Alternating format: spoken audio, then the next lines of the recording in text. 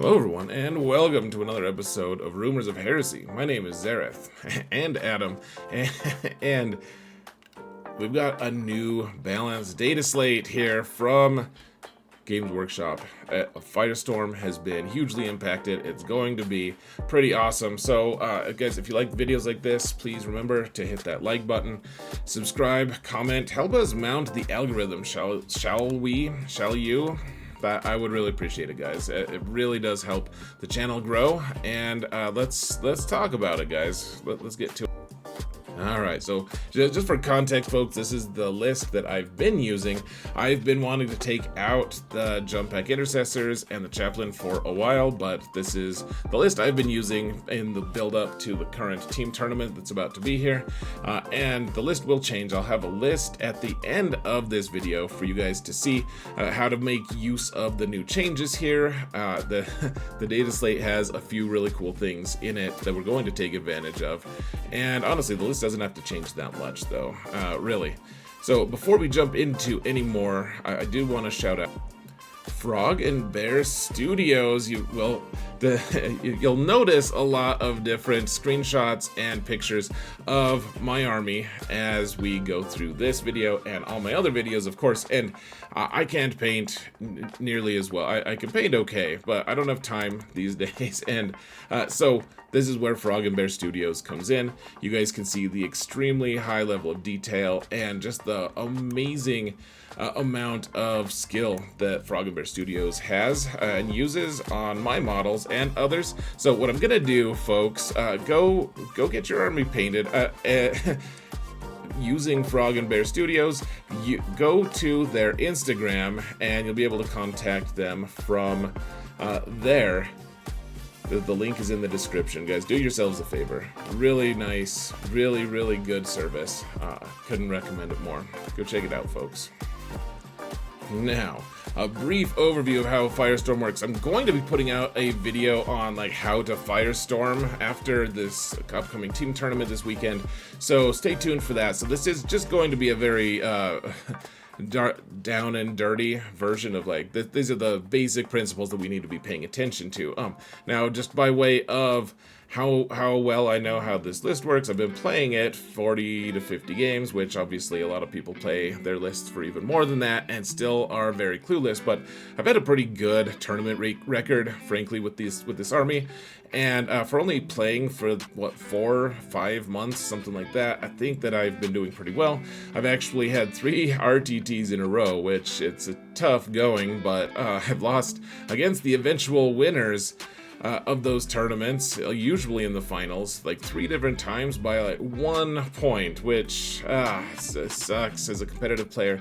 I just want to win these things, but one way or another, we've been doing well, and it's always been with Firestorm. So I would say I'm fairly competitive, fairly successful with this list, and this list has been a little bit frustrating to play. There's a lot of different frustrating details that I feel like the detachment has been kind of missing to be able to support, but I think that with this new data slate, we have the support we need to be able to take it at least a step further. So a couple generalized principles here, folks. So first off, Firestorm is a very close-range army. They want to hug you and just squeeze the life all the way out of, maybe not out of you, but out of, like your friend or whatever. They do a lot of damage, very close range. That's what they are. All of their stratagems, all their detachment rules, everything have to do with close range fighting. Now, they can get to the close range area very well because they have advance on everything and all that, but it is very close range. They don't have anything that supports long range, which the Firestorm anti-tank, like long range vehicles, none of the stuff that we have are really great at long range. Like, so we'll talk about that a little bit more, of course. So the best approach with this army is typically going to be, and this is probably the same for a lot of different armies, but you just want to kind of slowly advance. You want to make sure your opponent isn't scoring, like if they get onto objectives, you want to be able to punish them, but you don't want to just commit everything right away. You kind of want to just play it a little bit cagey and have all of your models kind of supporting each other and be reactive to things. But by far the biggest weakness is they just don't have have really effective long-range tank killing models. Now, granted, there are going to be things like Lancers and other tanks that we have available. Yes, it's Space Marines, obviously, but the thing is, none of them fit very well with the built-in synergy of Firestorm. That's just an unfortunate truth that Firestorm just doesn't support those models specifically. Yes, they can be effective, but you're spending a lot of points for models that don't fit into the greater plan for the list, and therefore against a lot of different builds, those models are just going to be largely useless, which is a tough thing to swallow. It's like, man, I paid 160 points for this Lancer, and all he's doing is like just killing and taking a couple wounds off of some mid-level models. Like, it's kind of been wasted points in a lot of different ways. So let's look at, I'm not going to actually go unit by unit like I had originally planned. We'll do that with the overview how to Firestorm video that I'll be working on here after this next coming weekend. But the two biggest buffs that we have, folks, from this data slate, there's a few other things that kind of boost the Marines in general, but the ones that I'm really going to focus on are, first off, Infernus. Not only if you take Vulkan, they're also going to be OC2, which is really nice, of course, but we're not focusing on that even. They get AP1, which is an enormously huge shift, because on weapons that don't ignore cover already, a lot of times AP1 doesn't do anything, because AP1, it's like, oh, hey, I got cover randomly. I just, for some reason, have cover. And you just have to accept that, because it's very easy to get cover in this current game state in 10th edition. And so in a way, we're getting 2 AP, kind of. Like, 1 to ignore the cover, which already existed, but now we have an AP. So now, like, Land Raiders, who can't just sit on Armor of Contempt all the time, or other things that are 2-up saves, now only have a 3-up save very consistently against Infernus Marines, who are going to be re-rolling to wound a whole heck of a lot. And they get a large volume of dice, for that matter, at Strength 6. And so, beyond that, we also have Oh the Moment, which is a huge boost for this army specifically. Yes, I know all the other Space Marine armies get this nice boost, at least the ones that aren't Templars, Blood Angels, Dark Angels, Death Watch, or Space Wolves, but you get +1 to the wound rolls, which is just an enormous, huge help for Salamanders in specific. Firestorm, it's really nice. I've been chuckling, guys, honestly. I've watched a couple different videos, and I'm not gonna name names or whatever, but people like, oh, look at that, Infernus got a boost, no one's gonna use them, they suck, they're such a bad unit, so many people think they're just so awful, and they're so underrated. They were already pretty strong. People have been complaining to me very quietly because they don't want anyone to think that they actually think Infernus are good, but they were good already. And now with the AP1, it's pretty nice. So first, let's talk about Vulkan and his boys. So just kind of highlighting something that they can do here. This is an interaction that has existed for a long time, and so he's holding an objective. If he's holding his own objective, he's OC10. He does well holding an objective, especially with the company heroes, which are really tough to kill. But then the Vanguard vets that you can kind of see there, they have hand flamers. They need to kill those assault centurions, so they're going to use immolation protocols. Vulkan can target the assault centurions from 24 inches away, and then you trigger immolation protocols. It costs you a CP, but then you do mortal wounds with your torrent weapons. And because the Vanguard veterans all have hand flamers, and the captain does too, you're doing an average of 37 total hits on the unit, 38, something like that, on that unit, with mortal wounds, re-rolling wounds because of Vulkan's Forge Father ability, which the Forge Father ability, that's all it is. It's just re-roll wound rolls from Torrent and Melta weapons. You just target one unit. It's just like Oh the Moment. It's just re-roll wounds with Torrent and Melta against that one unit, and it's only in your own shooting phase. It goes away. You can't like Overwatch against someone and still get it. So anyways, that's an interaction that's fairly common. I don't seek it every single game, but it can be. I mean, it'll just wipe out a lot of things, a ton of stuff. The things that don't have protection against mortal wounds just really shrink there. And so just remember, though, of course, the idea is you're trying to advance up the battlefield, or just move up the battlefield, and be able to threaten objectives, be able to support each other, and just make your opponent's life kind of miserable, because all of your flamers are going to be able to get to the important parts of the battlefield while you're remaining hidden. People resort to things like throwing their assault centurions into melee with one of your screening units, and then just getting immolated by the Van Vets in return. And so yeah, Vulkan using the Forge Father ability is really nice. Infernus are much more threatening with this now that they have AP 1, and so they're getting to reroll. And so let's just leave it there, guys. Yeah, it can do a lot of, they can do a lot of cool stuff, and it's kind of going to be, in a way, a second Oath of Moment, and I'll explain that in a little bit. First, let's talk about our long range woes and why long range has been such a traditional struggle for the Salamanders or Firestorm in general. So yeah, our anti-tank game is lacking, and it's because so take this for example, guys. There's 2 Doomsday Arcs and the Silent King. Yes, they're pretty potent shooting. No, it's not even that crazy of a list in terms of shooting. Like, it's a good list, and if the Silent King hadn't saved a million 2-up saves, I would have won. I needed him to fail 1 is all I need. But there are issues, other issues at hand too. I could have just used a grenade that I forgot about.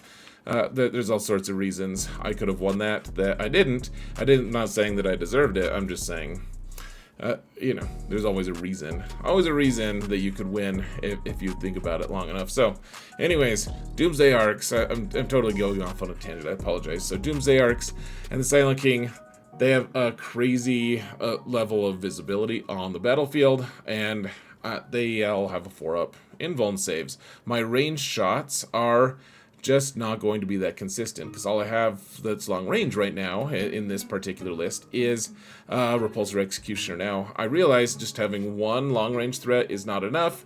I've been trying to practice this particular list because of the team tournaments, and I don't want to fight against a ton of vehicles, but the fact remains, having a lot of vehicles or a lot of anti-tank long-range stuff just kind of flies in the face of the efficiency, the internal efficiency that Firestorm provides, because you just don't have anything that supports long-range stuff.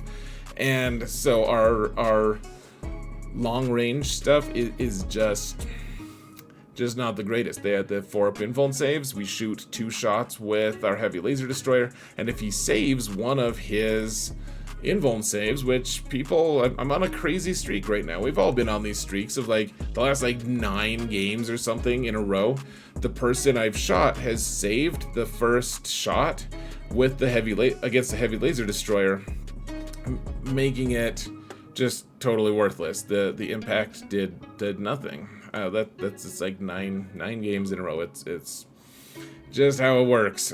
So yes, you can have a Gladiator Lancer. People want me to take that all the time, and I understand it. It does work. It kills things. It does destruct vehicles and stuff. But in the greater scheme of Firestorm, like, what strengths does the Lancer have that it can really take advantage of Firestorm? Like, yeah, it can do a couple things, but in terms of just the internal synergy, it's not anywhere approaching how strong the Repulsor Executioner is, because the Executioner will drive up and be within 12 inches, and all of its, even the small arms fire, which it has a ton of, it's all going to be strength 5 because of the +1 strength within 12 inches that Firestorm gets. And the Gatling cannon is strength 7, and the heavy laser destroyer is strength 17. That doesn't matter, but there's a lot of there's a lot to be gained from the Executioner in terms of Firestorm in general. So you get a lot of internal synergy with the Repulsor Executioner. Now, that doesn't mean you should just take it just because it has internal synergy, but that is a good indicator that at least that model is going to be efficient within your total game plan. Not to mention that if you're mobile enough, you can get within 12 inches a lot of times pretty easily with that Executioner. But it just, against long-range shooting, trying to take out those high-toughness targets that have lots of wounds and who have a lot of good shooting in return, it's going to really struggle. It's going to be inconsistent. So this is where the Moment gives us a huge boost, because whereas we struggle to have any internal synergy within Firestorm itself to be able to destroy vehicles at long range, now we have that in the Moment itself. The Moment gives us +1 to wound, so suddenly Ballistuses are wounding on 2s with their lascannons. With the missile launchers against any target, they're going to be wounding on 4s or 3s even. And, I'm not saying you have to take Ballistuses, but that makes it very consistent. It also, the Executioner's Heavy Laser Destroyer is doubly as effective in terms of wounds. Instead of wounding vehicles on 3s, it's now going to be wounding them on 2s if you have the Moment on them. So it makes one of our internal rules, I mean, it's an everyone rule, but it's a rule that we can use that's readily available to us. It makes us able to suddenly compete with these tanks and actually get some damage on them from long range and not have to compromise our own internal synergy as well. And so we're able to do a lot more damage. It's really nice. Actually, the Ballistuses are already really good because they're able to do the blast damage as well against Horde, or they're able to shoot other things. Like, they're really strong, they're pretty cheap, and they're not that effective just in a vacuum on their own. Like, they do okay, but then if you add them to this Oath of Moment +1 to wound, that makes them ridiculous. So, I mean, Ballistus are pretty good here. You can see I have 3 of them now. So, anyways, moving on to... Okay, so the Moment is now going to help us fight that long-range battle that we've been struggling with. We don't have any internal synergy there until now. Now we have a second one. So Roboot, of course, with the Ultramarines is going to be giving 2 Oath of Moments out. Ultramarines are going to be very strong for a few months until it inevitably gets nerfed. And honestly, guys, if you go to the Instagram site that I already linked, you can see my Roboot eventually that it's already being painted. So I'm not saying I'm even above using him, but yeah, it's gonna be good. But I think Firestorm can kind of replicate that, folks, because yes, you're gonna use the Moment to shoot things at long range when necessary. But then Vulkan kind of provides a second one, because you have a lot of different tools to be able to delete another unit using his Forge Father ability, which again is re-rolling wounds with Torrent weapons and Melta weapons. So the Land Raider Redeemer, it has the big flamers that it's going to, on average, get somewhere around, 7, I believe. Wounds with the Infernus cannons, which obviously with the whatever cannons they're called, the Flamestorm cannons, and they ignore cover. So against another Land Raider, say, because Armor of Contempt is mostly going away, you're going to, even against the Land Raider, which is tough 12, remember your strength 7 on those Flamestorm cannons, so you're wounding on 5s, re-rolling to wound with Vulkan's buff, with the Forge Father buff. And so you're going to get about 7, I believe, wounds on that thing, and it's going to be saving on 4-ups. And so you're going to be able to cause a decent amount of damage. You wouldn't kill a Land Raider exactly, but against 3-up armor targets, you're going to be doing even more. Then you have a multi-melta that you can re-roll. It makes it twin-linked, basically. So the multi-melta, the assault cannon can do some mortals. And then, I mean, you also have all of your Infernus Marines that are floating around doing their thing, and now they're AP1. So suddenly that Land Raider is saving on 3+ against guys who are re-rolling to wound. And I'm not saying that you're going to kill a Land Raider every single time with it, but honestly, I wouldn't be too surprised, especially if you have some some Eradicators kicking around with all their rerolls and doing all that stuff, and being able to just cause all of that damage, and the AP1 from the Infernus is really going to be a really big deal. And so enter those Infernus guys with the AP1, really helpful. They're just floating around, keeping, you know, threatening objectives, threatening things, and so you're essentially going to be able to delete 2 units a turn. I was already mostly able to do that anyways, but now that the Infernus are, like, the big weakness was, if they don't have an AP, they're not going to be able to chew through like Terminators that well.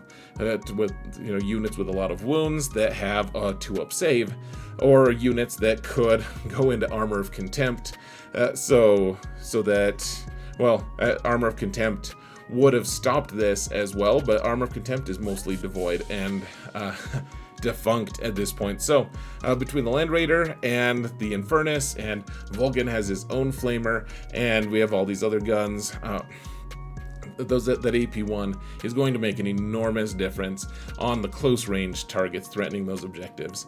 And you also have advance everywhere, so you have a pretty decent threat range because you don't have to charge. You just get within 12 inches of a model, and you know your opponent's going to have to get onto an objective. You know where they're going to be, so you can position your guys in such a way that you can just jump out and pounce, have Vulkan poke his head out. Oh, over there, guys, Forge Father thing, right over there. And everyone just goes, rah, just runs up and then stops and then burninates the country, burninates the peasants, all the people, the thatched roof cottages. They get everything, guys.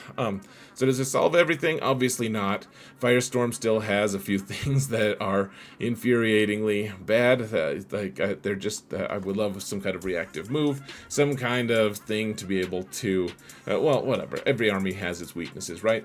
And I'm not saying we need to address all of them, but they've just addressed an enormous one with that long-range firepower, and this is huge, guys. It is a very nice change. So here's the new list that I'm going to be using. It really doesn't do much different. So we have Adrax and Vulkan and a captain. We took out the Combi Lieutenant. We took out the Jump Pack Intercessors and Chaplain, and now we just added 2 Ballistus. That's what we took. 2 extra Ballistus, and that's going to be enough, guys. Because you don't have to win a shootout with Astra Militarum. You just have to be able to scare them off a little bit when necessary. So the Ballistus is going to do some really good stuff. Between the Ballistuses and the Repulsor Executioners, I really do think this list is going to go places, maybe just to the dumpster, but you never know. Now, I do have some news. Oh, hold on. In the sense that, okay, so here's, I tend to want to do events. That's kind of the reason I play this game. I want to go to big events, small events, big events, just events, be able to use my army, play competitively. That's the goal of this channel all the time. And so we have the team tournament coming up. You guys can follow along in the link, and I'll be doing some kind of a write-up for the team tournament. My first team tournament should be fun. And then we have an RTT after the Christmas and New Year's break, right? First thing in the start of the new year, we're going to Laramie again in Wyoming, playing an RTT there, and then we're going to be playing in the Denver Fight Club has the January Open, which is a GT. It's a major tournament, 6 rounds, and that'll be great. I went to the October Open, went 4-2 in that one with Firestorm. I should hopefully do a little bit better, even if 4-2 is going to be tough to beat. And then the thing that I just recently discovered, folks, is that I'm going to be able to attend the Las Vegas Open, which is a super major GT in Las Vegas. 9 rounds, well, potentially 9 rounds if I was able to win the first 6 games, which I probably can't if we're being realistic, but that's the weekend after. So 3 weekends in a row. And so, yeah, guys, stay tuned. I'll be making a Discord server for this channel. Probably start either a Twitter/X channel for this channel as well, to be able to update you guys while I'm at the tournaments. And or maybe I'll do Instagram. I haven't decided yet. You guys can let me know in the video description, or in the comments, sorry, what would you prefer? What thing would you prefer to keep up with? And yeah, we're gonna start boosting this channel a little bit, guys. You know, get a good banner for things, get a logo that's a little more 40k centric, all of that stuff. Get an intro for the videos, start getting out more consistent videos, but we need to get to somewhere around 1,000 subscribers before we can really start pumping stuff out. So guys, if you like this kind of content, if you want more of it, if you want battle reports, if you want more analysis videos, whatever, give me feedback, and please hit that thumbs up button, subscribe, comment, all of that stuff really helps. Guys, thank you all so much for watching, and remember that if you didn't hear it from me, it's probably heresy. Take care, everyone.